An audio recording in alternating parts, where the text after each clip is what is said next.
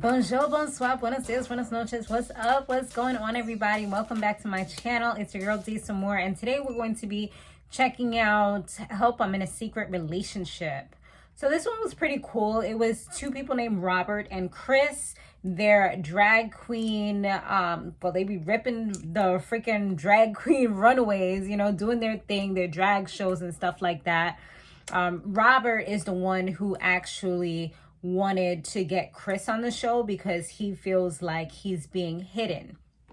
And so he said that he has had bad experiences with relationships. He's had his voice silenced where he couldn't sing, he couldn't speak, he couldn't be himself.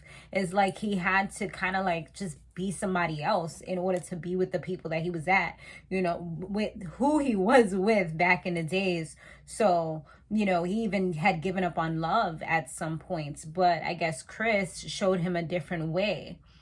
Ronnie and Travis, they meet up with Robert and just kind of get the scoop on the relationship and things like that.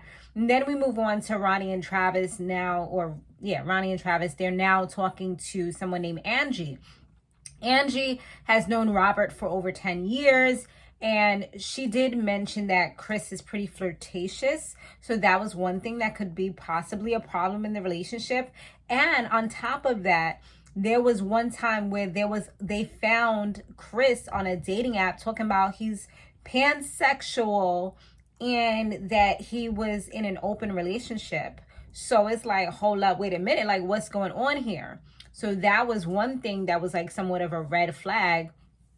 And then they met up with Jace, who's a mutual friend of both of them. And Jace had said that he asked if they had checked like his boy page. And they were like, boy page? Like, no, what's that? So then they look. It's kind of like how I guess the kids have like the Finstas and stuff like that, where they just post certain things, or some of them don't post anything at all. They just use it to like put little stories or whatever that they don't want family and friends or certain friends to see. And so it's something kind of like that. Like he had two pages, one for the drag and one for everything else. So with this one, they did see that he was like hugging up a girl, kissing her on the cheek, calling her his sunshine, his pumpkin. So it's like, hold up, wait a minute. Like he did say he was all these things. He was looking for a relationship and stuff like that. So is this somebody that he's talking to? This was definitely making them a little inquisitive and wanted to know more what's going on for real. Like, are you trying to play Robert or something like that? There was times where it was like kissing on the cheek and all this stuff. So it was looking real close. So when they told Robert all of this, he was upset. He was pissed that all of this was happening with Chris and this young lady, and he didn't know about certain things that was going down. And also the fact that Angie never even mentioned any of this stuff to him. So that was like another thing. So it's just like his mom was all over the place at that point. So he was like, you know what? We're about to do a pop-up because he's supposed to be going to this drag brunch. And he looked at the location. The location was saying that he was out in Brooklyn, but I think it was supposed to be in Manhattan. So that was like another problem. Like, why you here? So they ended up following the location, popped up at some place, which was like an apartment, and told him to open up the door, let them upstairs. First, he lied and said he was at the brunch. He's like, nah, it's saying that you're in Brooklyn. So what are you doing over here? So when they actually do sit down with Chris, they actually find out through his confession that the woman in the photos is actually his sister. And she's the only one that knows that he's dating a guy. Other than that, as far as like everything else, the reason why he's been hiding Robert is basically because his family doesn't know anything about his lifestyle or what he does. His mom had found out when he was in high school that he took a boy to the prom, and it became a shit show. Like it was really bad, he said, where they gave him like conversion therapy, and for 3 years he had to pretty much do whatever they told him to do, and he couldn't be himself, who he wanted to be, because they wanted to change him to who they felt like he should be. So, it was definitely a traumatizing experience for him.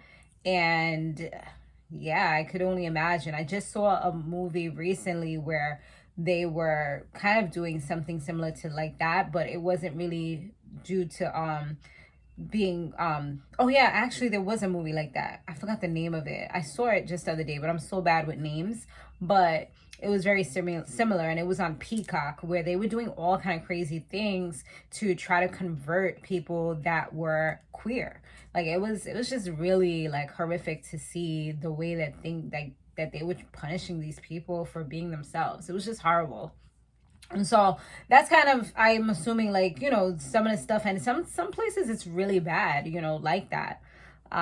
So once Chris finally told Robert was so like understanding now, and more so things clicked and made sense. So that was actually good. That, and I'm like, y'all been together for how long? I don't even know how long they said they was together, but it's like, damn, y'all never had this type of conversation. Like, what do you guys talk about? Like, is it just about the fluff and the fun stuff? Like, you have to get into like the nitty gritty stuff as well sometimes at some point in life. But he was like, he doesn't like to get into that stuff because then it brings him back to a place that he tries to, like, I guess, kind of conceal and hold back. So yeah, it was definitely crazy, y'all.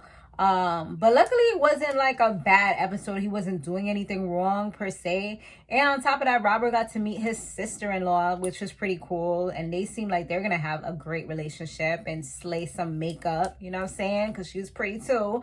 And Robert is just all glammed up. I mean, all of them was glammed up at the end of the day. So that was pretty cool that now they have like that even tighter bond. Hopefully they stay together. I mean, it looks like they're good right now. So they slaying the drag scene, honey, in New York City.